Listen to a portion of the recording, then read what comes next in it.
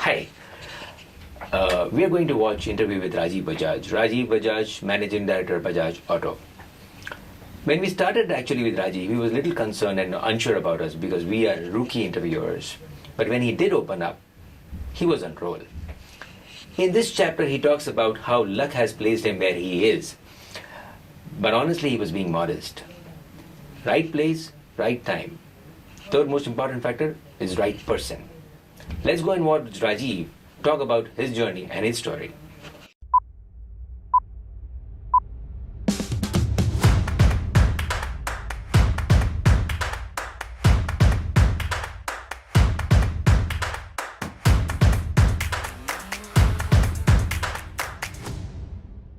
One rule, value, or even a routine which you don't compromise on, which you live by every day.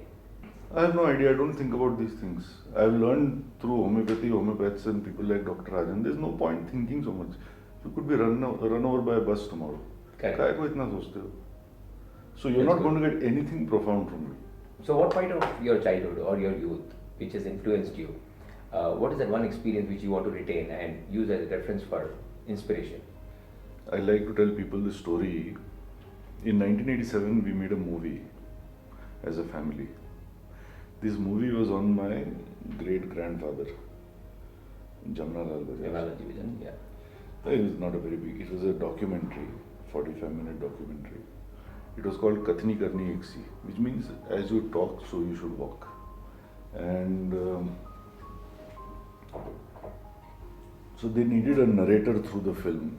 So I was chosen to be that narrator. And as part of that, I had to go and visit a small village called Sikar, outside of Jaipur, Correct. in Rajasthan, which I had never been to, so it was a good experience. Correct. Of course, initially I was very hesitant because this being shot for a movie is an experience by itself. Correct. So it was something very new for me, but anyway, we went and did that. So I went there, so I went to the old mud house. So my great grandfather came from a very poor family, and there's an old mud house where he was born. And the room in which he was born, there's no electricity there, at least in 87. So the villagers every morning they light a lamp over there. So I went and I saw that, and you have to bend down and enter because it's all very low and stuff. So it was nice to see that. Then we shot something there. Then they said, now we have to go and shoot at the village well. I said, why do you have to go and shoot at the well? They said, because the story is that my great-grandfather was playing outside in the courtyard in the middle of the afternoon when it was very hot. And by coincidence, a rich Sethji with the same name, same surname rather, called Director Bajaj, he was passing by in his horse carriage. And this Sethji was highly decorated by the British and he was very wealthy. But I think he was about 60 and he had no children actually. So he stopped to see this child playing. And this child was all pink in the sun and looking very cute. So he stopped and he went and he knocked on the door, and the mother of the child opened the door with the veil and everything and gave him some water and asked him if he would like anything else. So he said, yeah, I would like this child. I would like to take this child. So she was aghast, so she called her husband. So the husband said, well, the word which is given once, this is the whole Kathni Karni Eksi. The word given once must be honored. This is a great life lesson. So they were very distraught, but they decided to allow him to adopt this child. So then the Sethji asked that, in turn, what can I do for you? And they said, nothing. I mean, we are not selling the child or something, just keeping our word.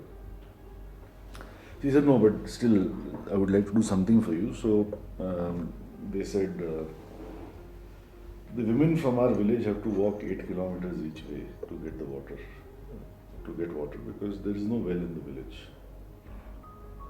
So if you would spend the money to build us a well, dig us a well, that would be appreciated. So that is how the village got a well. That's why we were going to shoot there. So we went there, and it was evening time, about 5, 6 in the evening. And at the end of the story, you will realize why I answered what I did to the first question. Correct. So there I saw one fellow sitting who was familiar to me. And I realized he was one of our watchmen whose name was Subhash. So because our security guards, if you have say 100 of them, then typically 50 are from Rajasthan, 50 are from Nepal. And that's a practice we have followed. So this Subhash was sitting there, and I knew him because in those days I used to play a lot of soccer. So we used to play soccer in the evening like this, finish work at 5 o'clock, go to play. And most of the time we were playing with the security guards who were off duty at that time. So some kids like us, and the guards were quite tough and all, so it was a good match. So Subhash was one of the noisy ones who used to try to shoulder me, trip me, all those kind of things. So I said, "Oh Subhash, इधर क्या कर रहे हो?" So he says, "Baba, they used to call me Baba that time. Baba, मैं छुट्टी पे आया हूँ." तो summer holiday they used to go back. So I said, "अच्छा, तो तुम इसी गाँव के हो?" तो he said, "हाँ, मैं भी सीकर का हूँ." So I said, "तुम्हारा घर कहाँ है?" तो he said, "बस आपके घर को लगते हैं." And Subhash must have been 20 years older than me, let's say. So 87, I was about 20, he was 40, let's say. And it just struck me at that time that instead of my great-grandfather, if Subhash's grandfather had been playing marbles outside, probably he would be the MD of the company and I would be a watchman over here. You know. So this is really it, that we think that we are doing so much and we are so big and all those things. But it's all, whatever after my great-grandfather, I would say whatever my grandfather, father, whatever I may have done or my brother may have done, uncle, all of this is very small. The most important twist in the whole tale is that my great-grandfather wanted to play marbles that day in the courtyard. If that had not happened, Okay. I am not very sure the rest of, because we would not have come into that wealth. So my great-grandfather was a good man, so anyway something good would have happened, I would like to assume. But what could be achieved with the resources at his disposal? Perhaps there is a greater chance that it could not have been achieved. That is why all this talk that what is your value, what is your thought, what is your ambition, aspiration, where you look and all that. Meaningless.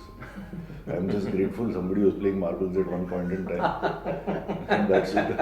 According to me, that is the biggest reason why I am here. So karma is act without thinking about the results. So we are answerable towards stakeholders who want tangible results. How do you apply that in your professional life? See, all this bullshit that is taught in business schools by business professors and all kinds of people who are themselves not going anywhere in life but want to teach others, I don't believe in this. For example, I believe in a simple thing somebody has said. If you make it right with yourself, it will be right with the world. That's lovely. That's all it is. Okay? Because after being married to somebody for 20 years, you realize you don't know the person.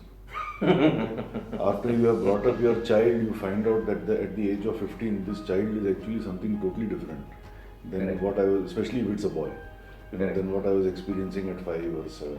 You can work with a colleague for 30 years and then discover a side to him or her that you never knew.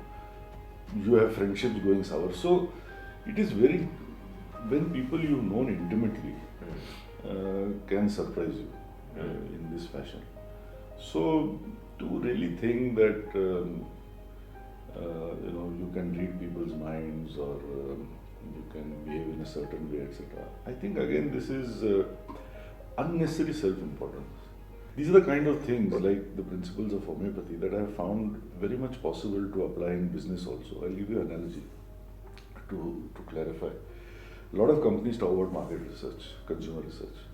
I completely dislike it. I mean, we conduct it because some of my colleagues are still addicted to it, thinking that it is some security blanket. We research kiya to result aayega. Although if you ask them to show correlation in the past between conducting a market research and getting a business result, there is no correlation most of the time. There is coincidence sometimes, but there is no causality over there. So, in fact, I like the approach of people like Steve Jobs, who said that this is who I am. this is what I will make, this is how it will look, this is how it will feel. अब जिसको अच्छा लगे वो आ जाएगा. And I think that works. I like the statement of the ex-CEO of BMW who said, it is less important for me to know the customer. It is more important for the customer to know me. So BMW is very clear that if you want a comfortable car to sit in, you can buy a Mercedes. If you want a car with prestigious car with 4x4 technology for bad roads, you can go to Audi. But if you're a yuppie and you want a sharp, slick car that you can corner, so as they used to say, you arrive in a Mercedes, but you corner in a BMW. If you want a car that you can corner in, come to me. So you should be clear what you stand for. It will filter the world automatically. If you try to go and analyze each person, कि ये मेरे लिए ठीक है, नहीं ठीक है, and filter, it's a impossible process. So you have to be very clear what your identity is, what you stand for. In homeopathic terms, you have to be clear about what is it you have in uncommon with others, what makes you the individual you are, and find your peace in that. This is what is important. It is not possible to do it the other way. So, sir, any enterprise will be personality driven, as you rightly said, right? But soon it takes shape of a mass movement or a movement. At that time, this personality blurs. I don't think it should be personality driven. There's no doubt that great organizations are led by some great leaders from time to time. Correct. But there is a common denominator to all of them. And that common denominator, which you can call as the strategy or the principle or the aphorism, is important rather than the person. And that is simply narrow your focus. These three words are the most important words when it comes to doing something in life. When we grew up, there was a wonderful doctor called Dr. Mohile. He was a general practitioner. He checked everything from head to toe. Today, for every part of the body, there is a different doctor. So, this is a result of evolution, which means competition, which means there is too much choice.